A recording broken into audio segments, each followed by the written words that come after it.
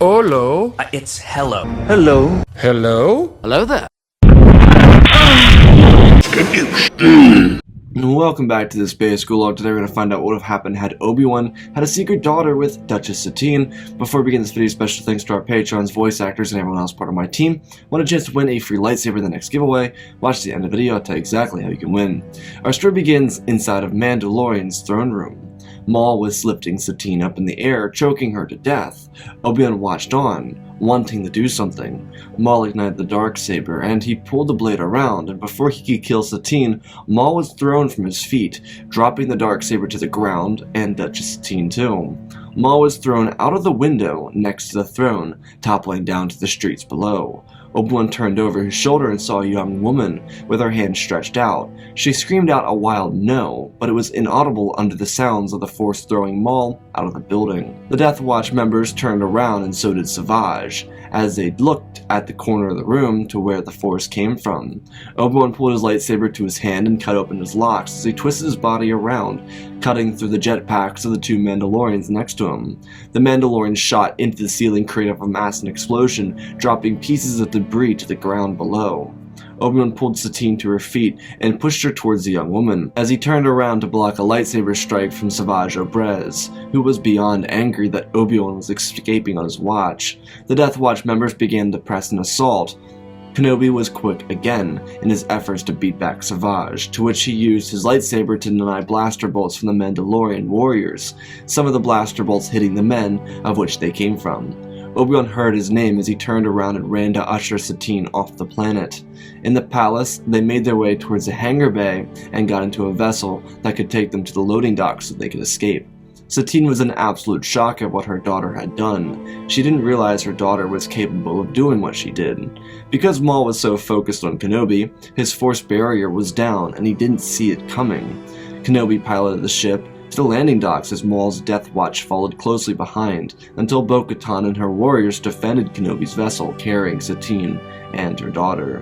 When they got to the landing bay, they swung the vessel around, and Kenobi ignited his lightsaber and looked to see the absolute war unfolding across Mandalore. Satine was appalled, but her daughter pushed her forward, insisting they get back to Coruscant to inform the Senate of what had happened here. Kenobi got behind the two of them as he defended them into a Mandalorian shuttle that would take them out of the atmosphere, clearing themselves from the massive battle ensuing on the ground. Kenobi took a deep breath as he got next to Satine and asked if she was okay. She smiled as she turned to her daughter. Satine didn't know how to introduce the two, but she looked at her daughter and asked her to come over and meet someone. Satine's daughter knew. Satine had talked about Obi-Wan before, and why she never told Obi-Wan about her. Obi-Wan asked who she might be, to which Satine said it was Astrid Kryze Kenobi. Obi-Wan's mouth dropped to the floor as he looked over at Satine. She closed Obi-Wan's mouth and told him that she was his daughter. Obi-Wan didn't know how to process it because Astrid was 21, almost 22 years old. She was a young woman, and he had never heard about her up until now. Obi-Wan asked, stumbling over his words, trying to find the words to even say. But the truth is, he didn't have the words to say. He choked on all of his own words. Satine placed her hand on Obi-Wan's hand and asked him to forgive her. Obi-Wan twisted his head towards Satine as she spoke up. Satine told Obi-Wan she kept Astrid's birth a secret because she didn't want Obi-Wan to feel the need to leave the Jedi Order. In hindsight, it may have been a little hard to raise Astrid alone, but Satine loved Obi-Wan with all of her heart. She simply couldn't force him to feel inclined to leave the Jedi. She knew how much it meant to him. After the two admitted their feelings for each other and how Obi-Wan would have left the Order had she said the word, part of her regretted not telling Obi-Wan. Satine admitted that she wanted to tell Obi-Wan at some point, but there was never a right time to do so. Obi-Wan looked at Satine and back to Astrid.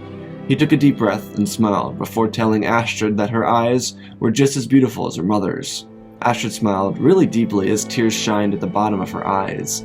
Astrid knew about Obi-Wan her whole life, and she never had any reason to resent her father. Of course, she had some issues with her mother for not allowing her to have a strong role model that her father clearly was, but Astrid and Satine's bond as mother and daughter was incredibly tight. Obi-Wan spoke up again as he told Astrid that it was he that should apologize for not having been there for her entire life. Of course, Obi-Wan understood it wasn't her fault, and neither was it Satine's fault. He didn't hold either of them accountable or responsible, and he understood Satine's decision. He also didn't blame himself, but he also found it respectable to apologize. Kenobi would stand up and kiss Satine on the forehead and smile at her, as he moved over to sit in between Satine and Astrid, keeping a gentle hand inside of Satine's hands while he talked to Astrid to get an understanding of his daughter, and to also ask if she'd ever done what she just did before. Astrid had never used the Force. She was just sneaking around through the secret passageways because her mother told her to hide there for the time being. Satine knew the Death Watch was coming, and she made an effort to be stoic while her daughter could hide away. For the rest of the trip to Coruscant, Obi Wan would talk to Astrid and to Satine. Obi Wan would admit to the both of them that he would leave the Order for them if they wanted him to, but truthfully the two of them believed he was better in service to the galaxy during the war. Astrid adopted all of her mother's beliefs, but they believed the galaxy would be better off if Obi-Wan was a Jedi General, even though they didn't agree with the war. But when the peace came, they would certainly wish to usher him into their lives, to be theirs forever. Obi-Wan was perfectly content with this, being that it was the second year of combat. He believed the war to be close to ending. When it ended, he could begin a new chapter of his life, not as a Jedi.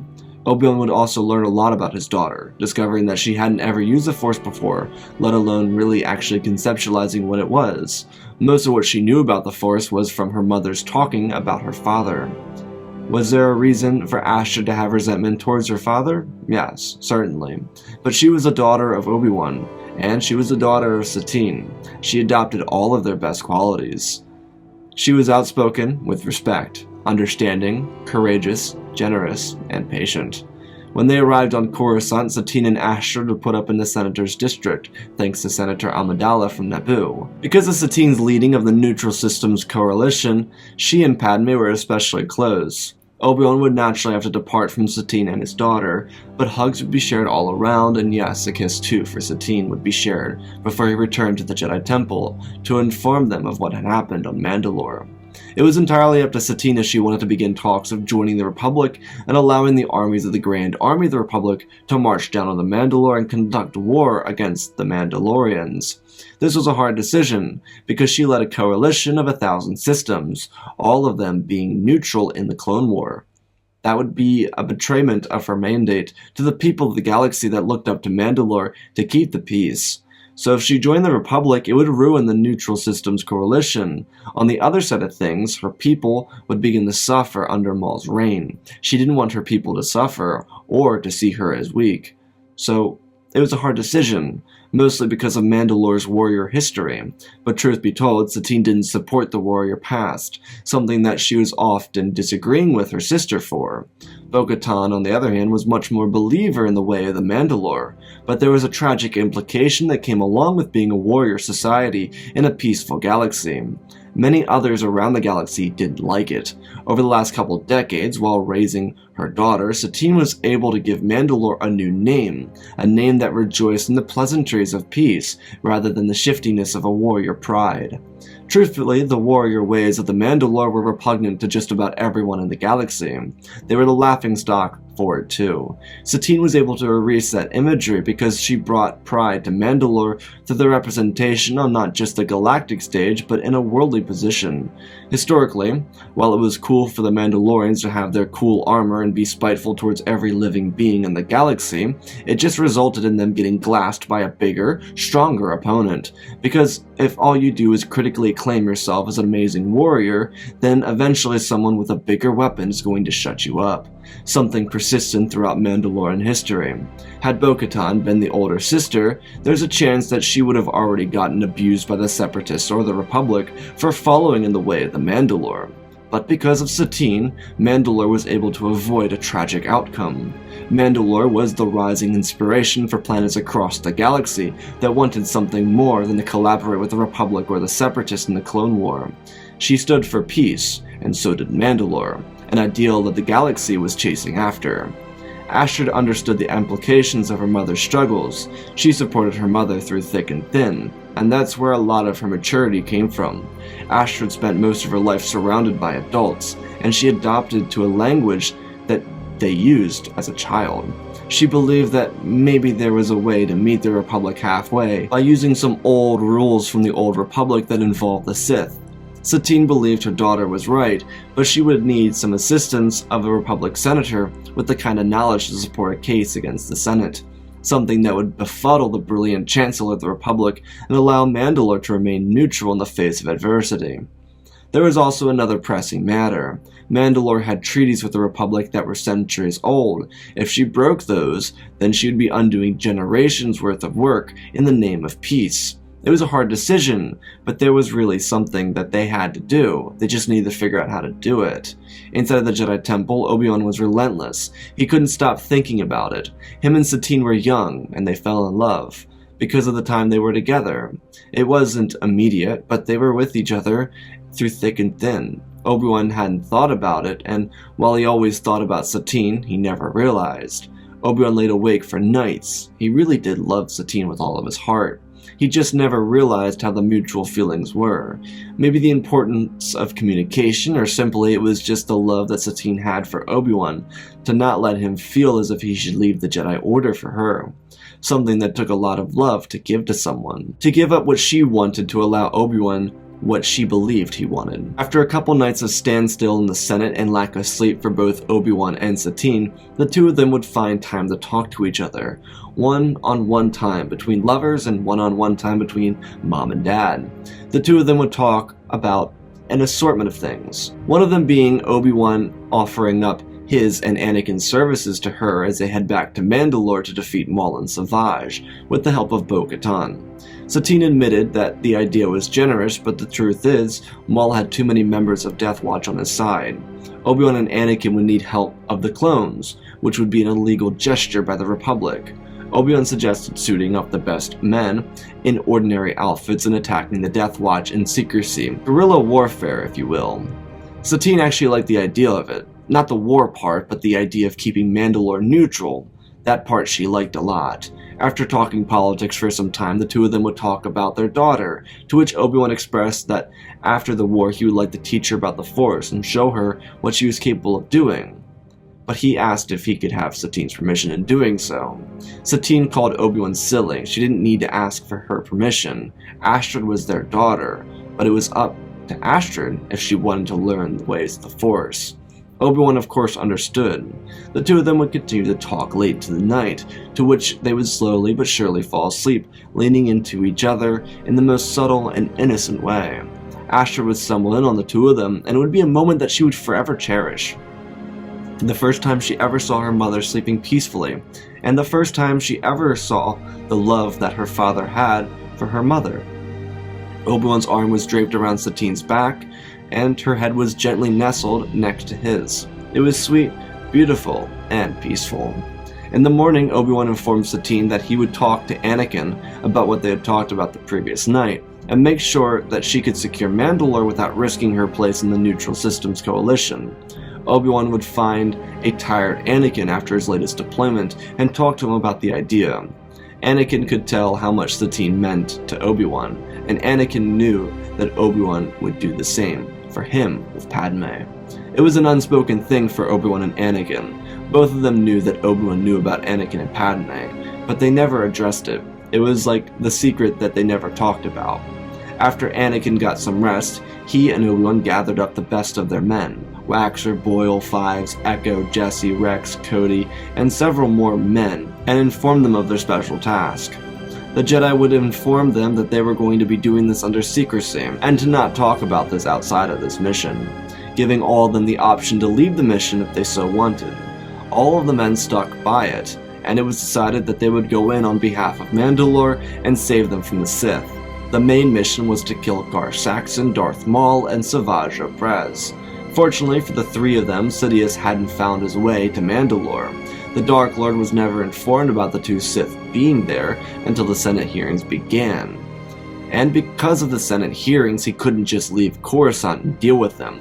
He needed to encourage the war effort against a peaceful woman and a leader who was more stubborn than a crate dragon. The Jedi and their men would discreetly dispatch for Kalevala, the homeworld of Satine, and meet up with the other Mandalorians before dispatching to Mandalore.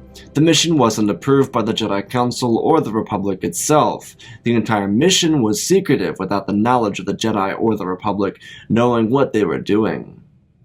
The covert op in the eyes of the clones was to prevent the war from eating another planet alive, and this in reality was the truth. As long as the Republic didn't invade Mandalore, the planet wouldn't be considered allied with the Republic. The Separatists couldn't technically invade a peaceful, neutral world. Did it stop them in the past? No, but technicalities and so on. When the Jedi arrived, it wasn't guns ablaze. The clones separated themselves from the Jedi generals while Bo-Katan led them through alleyways to avenge and guerrilla warfare. There was also one agreement, being that Bo and Satine would settle their differences after the battle was won. The Jedi snuck around and found themselves in the throne room. There were several guards. Ahsoka's job was to deal with the guards, while Anakin and Kenobi dealt with Maul and Savage. Obi-Wan had almost killed Maul and Savage and Florum alone, so he informed Anakin as to how he could beat Savage. The three Jedi entered the throne room and began to step forward. The Death Watch members raised their weapons, but Maul told them to be silent. This would be a battle for the heart of Mandalore and the settling of a decade-old conflict. Maul ignited his weapon as he growled, demanding that Obi-Wan face him in a 1-versus-1 battle. Maul had the intention of having his brother join him, but Obi-Wan stepped forward, igniting his lightsaber, accepting the challenge head-on. Anakin asked if his master was sure, to which Obi-Wan nodded his head. Kenobi moved into his Form 3 stance as Maul leapt forward towards Obi-Wan. Their duel began as flashy as it had begun on Naboo. The two of them, age-old rivals, interlocked in a never-ending game. Obi-Wan had everything to fight for. If he won the Darksaber, then the blade could return to the House of Kryze and Satine herself. If Maul won, then he would never be able to see the love of his life or his daughter again. Obi-Wan twisted around, slashing and dancing between strikes made by Maul, the obvious aggressor. Ever since their first rematch, Obi-Wan had excelled in his skills, and now he was pushing a power threshold that not many Jedi would ever achieve. Anakin and Ahsoka watched as Kenobi worked and moved flawlessly. Maul was angered by each swing getting more and more ferocious as his anger boiled. Outside of the throne room, explosions echoed throughout the city. The war was beginning again. Maul turned to see, and his blade was struck in half as he lost grip and fell backwards. Before Obi-Wan could land the killing blow, Savage swung forward for Obi-Wan. The Jedi Master twisted backwards and spun around as he lifted his hand towards Anakin and Ahsoka, who both ignited their lightsabers in response. Obi-Wan believed this fight had to be settled by himself alone. Kenobi danced back away from Savage as he pulled the Darksaber with the Force away from Maul and ignited it in his hands. Black and blue swung mystically around. Savage turned around and swung with his brute strength, missing every strike, as Obi-Wan allowed Savage to overextend until the culmination of his own failure struck him. Kenobi threw the Darksaber forward and caught Savage in the chest, as Dathomir magic fled from his wound and he fell to the ground. Savage lost all of his muscle mass as he withered away, and Maul ran towards his brother to help his brother. Obi-Wan told Maul to yield, but rage filled his body as Savage died afraid in his arms. Crimson blades ignited and swung from both sides at Obi-Wan. He placed the Darksaber and his own lightsaber up as he blocked the incoming strikes. Obi-Wan kicked forward and spun around, pushing a slight aggression, using the same form that Qui-Gon Jinn used on Naboo. Obi-Wan kicked Maul's leg out from under him and jabbed forward, missing Maul slightly. The fallen Sith kicked Obi-Wan's shin, blasting his bone into pieces because of the metal in his leg. Obi-Wan tumbled back in pain as he staggered from his feet. Maul grinned as he stood up, seeing the weakness in Obi-Wan's legs. Maul swung again, knocking the Darksaber out of Obi-Wan's hands as it flew to the ground. Kenobi looked down, and then back up at Maul. He stepped back up, a little, losing his strength in his left leg. Obi-Wan thought for a moment as he closed his eyes. Maul taunted him, asking him if he was prepared to die. Obi-Wan opened his eyes and took the same form that Qui-Gon had used in his final moments of life. Using Form 4, Obi-Wan raised his blade beside him. Maul noticed it, and thought of using the same move he used to kill Qui-Gon Jinn. Maul jumped forward. Obi-Wan leapt on his good leg and responded to every strike as Qui-Gon did, but as Maul went for the final blow, Obi-Wan dragged his lightsaber down the middle, cutting through Maul's chest, killing him almost immediately. Maul looked up at Obi-Wan and tried to manage to get the words out, but he couldn't. He was unable to do anything against Obi-Wan, and now he was dying alone next to his brother. Maul's eyes went dormant and his final breath left his mouth. Obi-Wan staggered back as the Death Watch members all rallied around him, kneeling to the ground. absolute in the way of the Mandalore. Obi-Wan told them to have the men surrender as they left the room to stop the conflict. Obi-Wan fell on his backside and looked over at Ahsoka and Anakin. They rushed up beside him and asked if he was alright. Obi-Wan told them that his leg was definitely broken, but it would heal, and now, so would Mandalore. They helped Obi-Wan up and asked what he could do regarding the Darksaber. Obi-Wan told them that he had a plan for that, but it would take some serious choreography. Eventually, the conflict would come to an end with minimal casualties, as Obi-Wan would inform the Duchess that her world was free, requesting Anakin and the clones return to Coruscant before her return. When Satine returned, Obi-Wan would be healing back his leg, and he would work out a fake fight between him and Satine, in which she would best him in battle. Something simple, but long enough to earn the respect of the Mandalorians that would soon serve her. Obi-Wan suggested that she find a way for the warriors to enjoy their warriorness so that they wouldn't be influenced by another pre-Vizsla character. Satine believed that Kenobi was right, and she explained that she would work on it. Obi-Wan would spend another couple days with Satine and Astrid before departing for Coruscant to finish the rest of the war. Mandalore would remain a neutral system throughout the war, even leading the Neutral Systems Coalition throughout the rest of the war. But on the other hand, the war would be coming to a rapid conclusion. Obi-Wan would continuously talk to the love of his life and with his daughter. Even as the war got closer to an end, he kept in close communication. Near the end of the war, Ahsoka would go unaccounted for, having no need to be brought to Mandalore for a siege. And then, it happened. The execution of Order 66 would rain down across the galaxy, claiming the lives of thousands of Jedi. Satine wouldn't hear about it, but her daughter would hear rumors circulating around that the clones had executed the Jedi for high treason across the Republic. When Satine found this out, her heart would shatter into a million pieces and fall into her stomach. She'd be unconsolable for days. Her daughter would be by her side throughout all of this, feeling only an inkling of what pain her mother must have been suffering through. One evening, while Satine was sitting in the dining room, with her plate full of cold food barely touched, let alone consumed, she heard the sound of a door open. When Satine turned around, her heart shot into her chest as it began to beat again. She got up from her seat as the heavy chair flung to the side, and she ran towards Obi-Wan. Obi-Wan pushed the little pods next to him aside as he opened his arms, to which Satine jumped into them, and told him that she was so thankful that he was alright. Obi-Wan held on to Satine, telling her that everything would be okay, for now. He was alright, she was alright, Astrid was alright, and that's all that mattered. Satine and Obi-Wan held each other for more than a minute. It was an elongated moment of serenity and happiness for the two of them. Satine got down from Obi-Wan and she asked what happened, only just now noticing the burn scars across his Jedi robes and the char still left across his face and even in his beard. Obi-Wan looked weak in the eyes, as if the light had been taken from him. Satine then looked at the left and the right, noticing the two children, and before she could speak, he looked at her and told her that something terrible happened. Satine grabbed Obi-Wan's arm and walked him over to the sofa in a corresponding room, while they each pulled a pod from behind them, leaving it across from them in the sofa. Obi-Wan and Satine sat down. She let Obi-Wan speak about what had happened. Obi-Wan held Satine's hand, not like he normally would. It was very weak. The fragility of Obi-Wan was very present in his look. His posture was weak, the tone of his voice was shaken, and the trembling from his hands trickled down his spine. He was a strong man, but after everything, he was finally coming to terms with what had just happened. Obi-Wan looked at Satine and told her that the war was going to be over. He just fought and killed General Grievous. He went to his commander and everything seemed fine. Cody gave him his lightsaber back, and not more than a minute later, his brother was firing on him. Obi-Wan told Satine he was climbing up the side of a mountain, and the next thing he knew, he was falling thousands of meters into the water below. When he emerged, the clones were talking about killing him. Eventually, it led him to the Jedi Temple. Obi-Wan shook his head for a moment, remarking that he had to kill clones he served with, and then, after that, he saw the dead bodies. Thousands of them. Younglings, Padawans, knights, and masters too, only for him to find out that his apprentice had been the one to do it. Satine gasped. She asked what he did. Obi-Wan looked down at the ground, and then back at her with a tear sitting below his eye.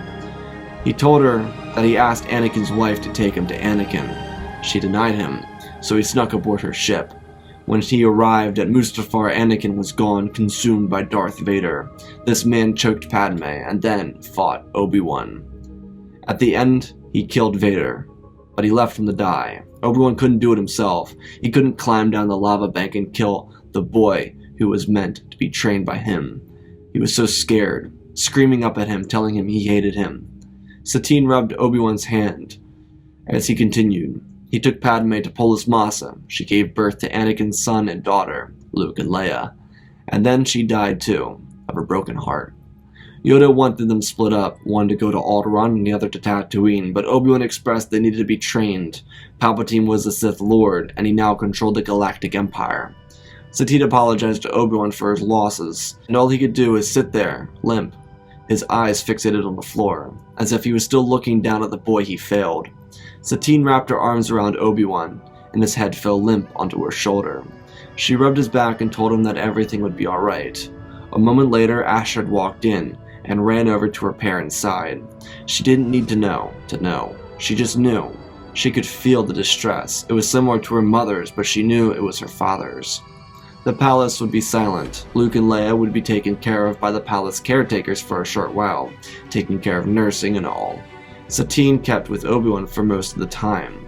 He was very noticeably distraught. It's not that he didn't enjoy having Satine or Astrid around. He was just simply depressed. How could he not be? Satine understood, and Obi-Wan of course was there for her. It was just, he was struggling. His sleep was atrocious. Many nights he awoke in Satine's room on the verge of screaming just to remember that he was home. A new home. It didn't matter. Sometimes it was Mustafar, sometimes it was a temple. But all the time it was painful. Satine sometimes would find Obi-Wan sitting silently up, his bare back against the freezing cold headboard, and his hands covering his face. Whenever she did, she got herself up and nestled him in closely, wiping tears from his eyes and telling him that it would be alright. Obi-Wan would thank her all the time because he couldn't have imagined the pain of losing his entire order, all of his friends, his family, and his apprentice, alone. He didn't believe he'd be able to survive off of this alone. He couldn't imagine where he'd be if Astrid hadn't saved Satine a year before. Obi-Wan held Satine closely. Every time she held him, he felt at home. Satine was his home. She'd always been his home.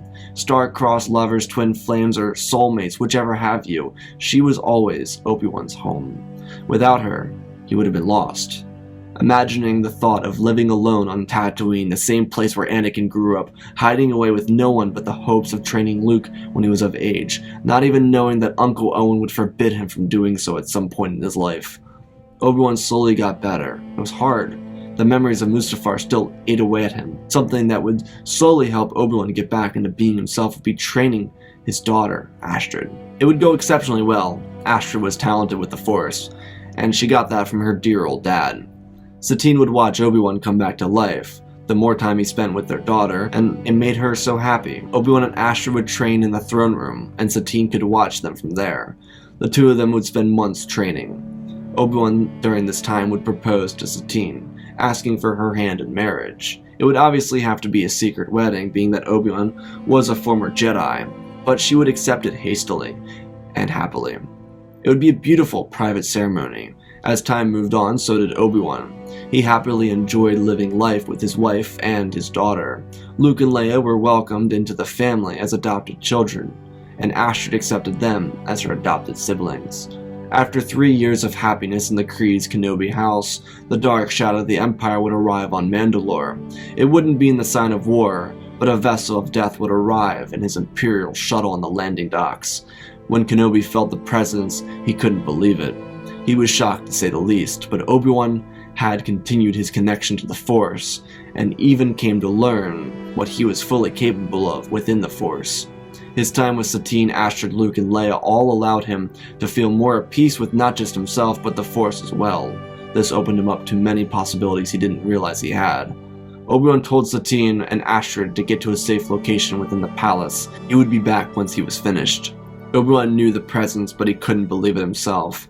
When he arrived at the docks, he snuck around and saw a number of Sith-looking individuals as they stood next to a tall beast with a breathing apparatus that could be heard from a parsec away. When Obi-Wan looked at the beast turned to him and ignited his lightsaber.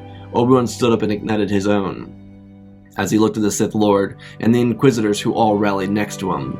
Satine and Asher were able to get to a hidden location within the walls of the palace with Luke and Leia as they watched the loading dock security cameras. Obi-Wan stepped forward as Vader started talking about the fact that it was time that they had a rematch. Obi-Wan didn't bat an eye. He just asked what Vader had become, and he told Kenobi that he is what Obi-Wan made him. The Grand Inquisitor ignited his weapon, and the rest of them did. Obi-Wan looked at them and took a deep breath. He was still the master of defense, and he could feel Vader's fear. Because Vader could feel that Obi-Wan's power hadn't vanished, he was still a powerful Jedi, and even more powerful than the Obi-Wan from Mustafar at the very least. Vader, on the other hand, may have killed a couple of Jedi here and there, but not a single one of them was even adequate enough to stand up to the master of defense himself.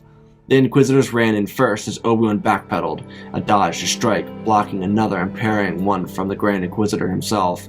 The Inquisitors were all former Jedi, and this was a fight of who they feared more, Obi-Wan Kenobi or Darth Vader. They all knew and respected Obi-Wan as a duelist. The fifth brother drove his blade forward as Obi-Wan pulled him forward, throwing him behind him.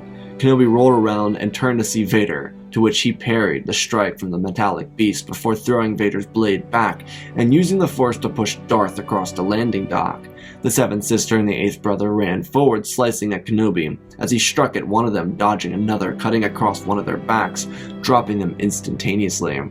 The ninth sister charged down Obi-Wan and he leapt over her before clashing blades with the Grand Inquisitor on the ground and shoving him to the side.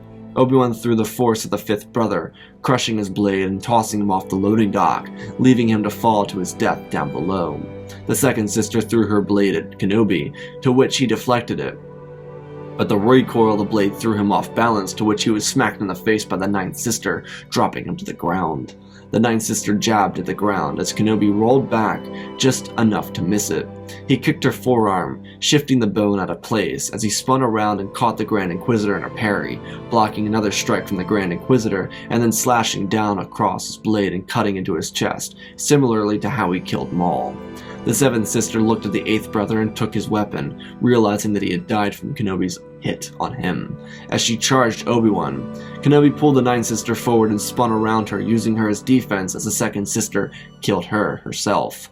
Obi-Wan jumped around and cut through the second sister before engaging the seventh sister, and within 5 strikes, parries, and blocks, he was able to defeat her at her own game.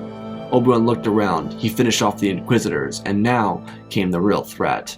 A very angry husk of Anakin Skywalker. Vader swung aggressively towards Obi-Wan, to which he dodged before shoving Vader's blade to the ground. Darth pulled one of the Inquisitor's blades and ignited it, throwing it at Obi-Wan, whipping his blade down, missing with both. Obi-Wan used the Force and ripped a storage container at Vader, to which Vader used the Force and threw it miles off the platform. Obi-Wan stepped back as Vader told him that he would always be stronger. Obi-Wan doubted that as he leapt forward, swinging into Form 4, using an aggressive attack pattern to throw Vader off kilter. Obi-Wan used mostly Form 3 on Mustafar, and now, being an aggressor, Vader was off balance. Only one Jedi had nearly bested him since becoming Vader, and it was Plo Koon's niece, who almost killed him. Vader stepped back and changed into Form 4 as well. Obi-Wan noticed this as he pushed forward and then Vader struck. He stepped back, parrying and blocking Vader's 3-point saber combo, something that typically worked for Vader. Kenobi switched into Form 5, throwing Vader off again. Vader tried to stay aggressive, but Obi-Wan was too quick. Vader's fear turned into rage as Vader threw himself forward. He couldn't help but lose balance. The two duelists interlocked in hand-holding and duel. Their blades clipped at each other as the former brothers held each other into interlocked battle. It was poetry in motion, and then Kenobi took advantage of Vader's weakness, throwing the back of his blade into Vader's chest piece. Vader's mask fogged up as a metallic suit tumbled back, as Obi-Wan used the Force to throw Vader from his feet. Kenobi sighed as he took a deep breath and ran forward. Vader got to his feet and swung, crushing the side of the wall. Obi-Wan snuck to the side and jabbed his lightsaber forward, catching Vader's stomach before he shoved him back into a wall. Vader looked at Obi-Wan and choked. His lightsaber fell to the ground, and Obi-Wan pulled his lightsaber out of Vader. He looked at the mask. Obi-Wan used the Force to throw Vader's blade away from him. Obi-Wan looked up at the cameras to where Satine and Asher were watching from, and then he used the Force to crush the camera. Obi-Wan looked back down at Vader. he was helpless again. Obi-Wan apologized for not putting him out of his misery on Mustafar. Vader looked at Obi-Wan before he could react. Obi-Wan shoved his blade forward and cut a hole through Vader's chest piece, through his heart, and out into the wall behind him. Obi-Wan pulled his blade out and heard the sound of silence. Kenobi stepped backwards and looked at what happened. He looked at the Inquisitors and stumbled again. As he looked at Vader's body, slump over to the side. The Empire would come for Mandalore now. The Emperor would seek vengeance on an innocent planet and the people of that innocent planet. Obi-Wan stepped backwards again and got down onto his knees. He took a deep breath and closed his eyes. The wind off the loading docks blew through his hair and through his beard. He meditated for a short moment and then rose to his feet. Obi-Wan assembled all the bodies of the dead and not long after lit them up in the traditional ceremony. All of them, having been former Jedi, were buried as Jedi as Kenobi burnt all their bodies down to ash. When Obi-Wan returned to the palace, he informed Satine that they should consider evacuating the entire planet for the time being. She agreed, and was already making preparations to do so before the Empire arrived. Satine asked Obi-Wan if he was alright. She knew what he did, and what he had to do, even though he made sure that she and Astrid didn't have to watch him kill his student. Obi-Wan nodded his head, and told Satine that Anakin and the Inquisitors were now at peace. He was finally able to give Anakin the peace he deserved, and that's all that mattered to him. Satine applauded Obi-Wan for seeing what he was able to do for Anakin, giving that he freed Anakin from slavery from the Sith, and freed him from a life of pain without his wife, allowing him to return to his beloved wife in the afterlife. Satine would enforce a temporary mandate to retreat from Mandalore and move the entire population to Kavala for the time being. The information that would be left behind for the Empire to find once they invaded would leave the Empire to Dantooine. Satine was able to commence a planetary evacuation of Mandalore, something that the people of the planet were willing to do, being that none of them supported the Republic nor the Empire. The lack of support for either governments allowed them to feel even more empowered to leave until the Empire was gone. Obi-Wan would send out a request for assistance from Master Yoda to come to Kavala. Yoda would accept Master Kenobi's request. The two of them would take time together to train before they would disperse to Coruscant in the middle of the night to assassinate the Emperor. The irony of it all is that after having been the originator of the tragedy of Darth Plagueis the Wise, the tragedy of Darth Sidious the Unfortunate was having all the power in the galaxy, the most powerful apprentice any Sith could ever ask for, just to be assassinated in his sleep after losing his apprentice to his former master.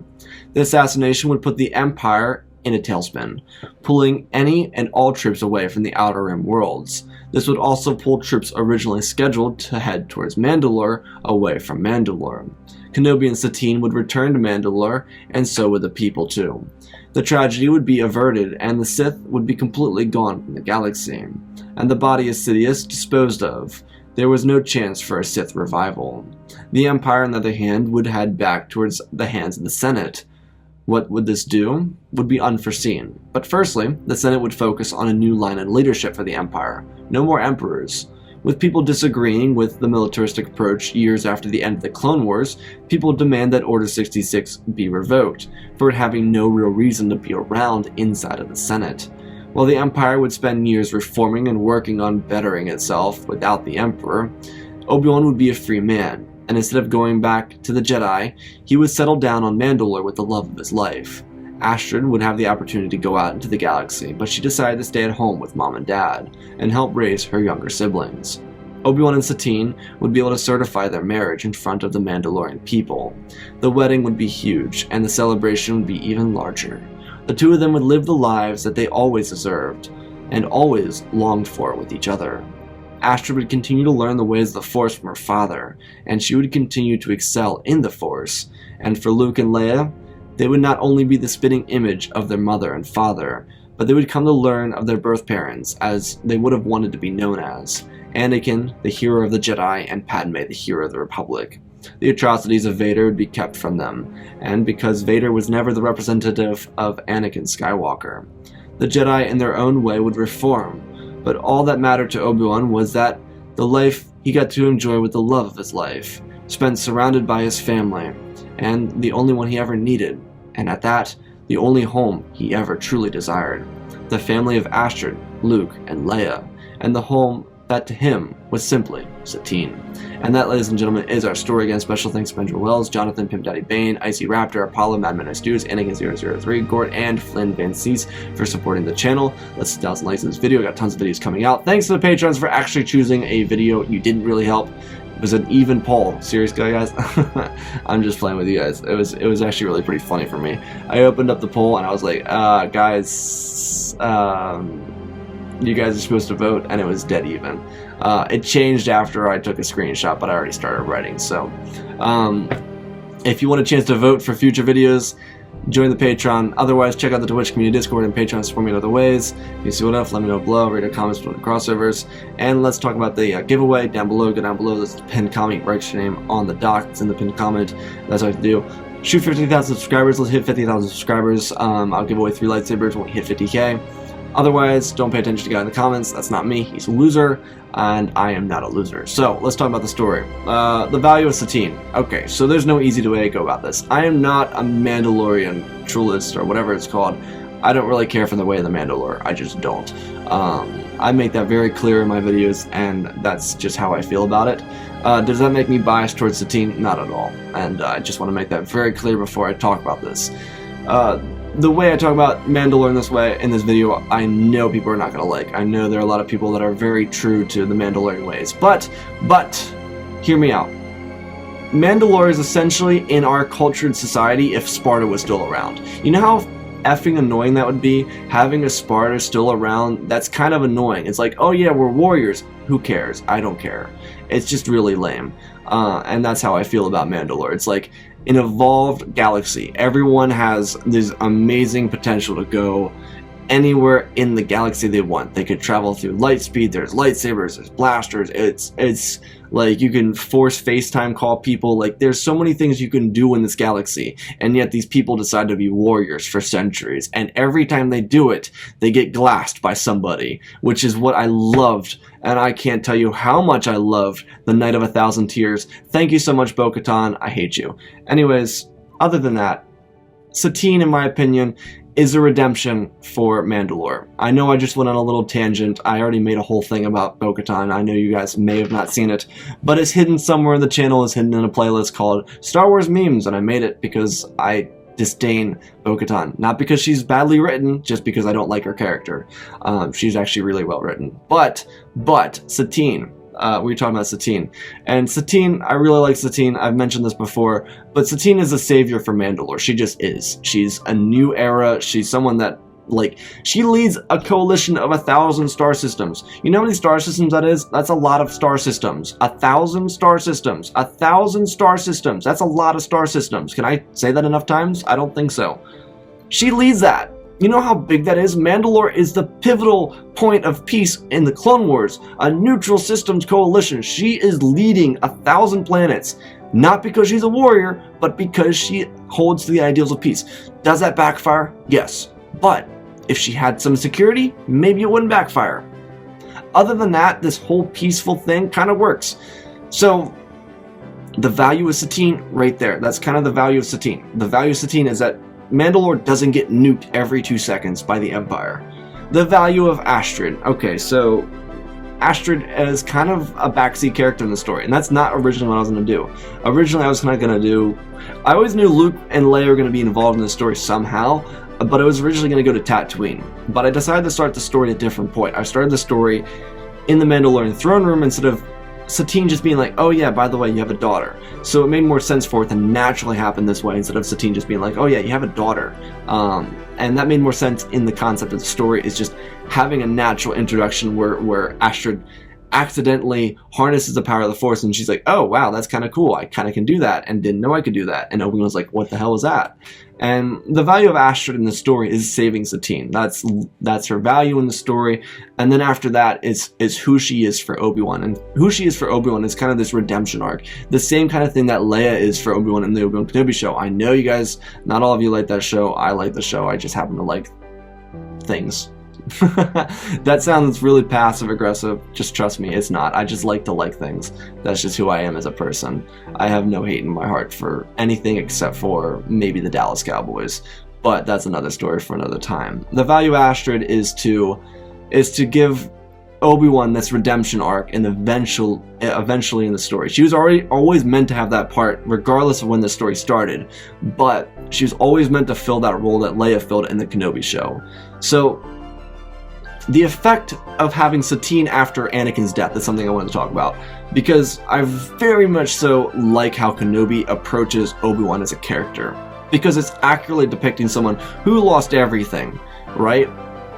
Obi-Wan had nothing. He lost everyone. He lost Satine, he lost Anakin, he lost Qui-Gon, he lost his entire order, he lost all of his friends, he lost everything he considered a family and a home. He lost all of that, okay? In this story, he has Satine, and the difference between Obi-Wan in Kenobi and the Obi-Wan in this What If is Satine. And that's literally just taking one of those pieces that was taken out and putting it in, right? So whether it's Satine that's added in, or Anakin that's added in, or whatnot, one of these pivotal people is going to make a huge difference in Obi-Wan's life. Because he has a support system now. He actually has someone to support, and I specifically mentioned that in the context of the story. Obi-Wan dealing with losing Satine, not having Satine after Anakin's death would have been awful, but he has someone to be there for him, someone that he loves, someone that he trusts already, and I think the effect of that would be remarkable for someone like Obi-Wan, having someone that he could just rely on, someone that he could trust. The next one that I want to talk about is the Obi-Wan versus Vader and the Inquisitors. Yeah, I kind of went off, and I definitely did that. I went off because Obi-Wan... Ready. Jesus Christ. My lightsaber just told me it was ready. Okay. I actually just had a stroke. My gosh. That scared the hell out of me. That's staying in. I'm not cutting that out. I don't care. You guys get to hear me, like, have a heart attack. Oh my gosh. That scared the soul out of me. You guys just heard, like, Jesus leave my soul for, like, 5 seconds. Anyways, Obi-Wan versus Vader and the Inquisitors. What is this story about? What is this part of it? So, essentially, I'm taking what we see in Obi-Wan and kind of heightening it. The Inquisitors are not talented. They're just not. They're not good duelists. And their entire purpose was to hunt down Padawans. Most of them couldn't kill a Jedi Knight, which is why they usually struggle with Kanan, and I wouldn't really consider Kanan a Jedi Knight. And that's not a disrespect on Kanan. I think Kanan reaches a level of Jedi Knight at some point throughout the series of Rebels, but I feel like overall he's not really a Jedi Knight when he faces the Inquisitors. Most Jedi Knights could take on the Inquisitors because most of the Inquisitors were Jedi Knights. They couldn't take on Masters and they weren't really allowed to. So all these Inquisitors going up against Obi-Wan, it's just not going to fare well for them. Even the Grand Inquisitor. I gave the Grand Inquisitor some fighting chance, but it's just not going to end well. They're not going to do well. As for Obi-Wan and Vader, I wanted to verbally talk about the changes in the lightsaber form, because it's something that I really liked about the Kenobi show. It's something that they went really into detail with, is showing Obi-Wan switch forms. If you noticed, he switched from his starting form, Form 3, to Form 4, when he's holding a lightsaber up next to him, and then Form 5, which is, he uses the same kind of style that Kylo Ren uses, which I really thought was really cool. I know not everyone likes that kind of aspect, but I thought that was such a cool thing. I was like, oh my god, I know that. That makes sense to me. And that was something that was really cool about the Kenobi show. So that's something I wanted to implement into this story. And I just wanted to talk about Obi-Wan just being him. Obi-Wan was being him throughout the story. He got to be him. And at the end of everything, it's a feel-good story. It's supposed to make you feel good. You're supposed to feel happy after listening to this. And that was the point of the story. I wanted you to feel happy, feel this contentment. And I'm sure you felt happy after me telling you guys I don't like the Cowboys and having the soul scared out of me by my lightsaber over here. So, with that being said, I hope you all enjoyed this feel-good story. Enjoy Obi-Wan having this happy time. I'm sure we're going to have a lot more happy, feel-good stories, being that it is the holidays, and not everyone is the happiest individual during the holidays. So I want to give out the happiest stories, the most enjoyable stories that I can throughout this period. So with that being said, I love you all, spread the love, and always remember, my friends, may the Force be with you.